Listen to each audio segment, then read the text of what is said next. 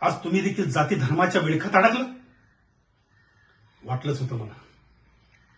जन्माला आलेल्या प्रत्येक व्यक्तीला ज्याच्या त्याच्या कर्माचा हिशोब द्यावा लागतो.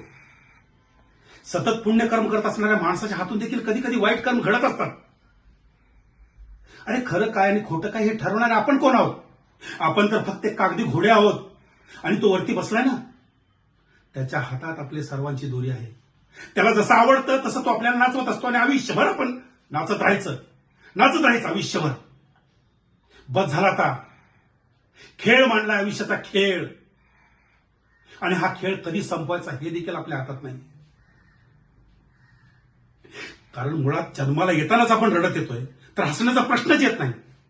अरे आपण देखील मूर्ख आहोत की माणूस म्हणून आपण जन्माला आलो आणि प्रत्येकाने आपापली देव वाटून घेतली. कोणी भंडारचा घेतला, कोणी कुंकवाचा, तर कोणी भस्माचा घेतला. मग काय प्रत्येकाची कपाळं वेगवेगळ्या रंगाने रंगलेली. बस झालं, थांबा आता.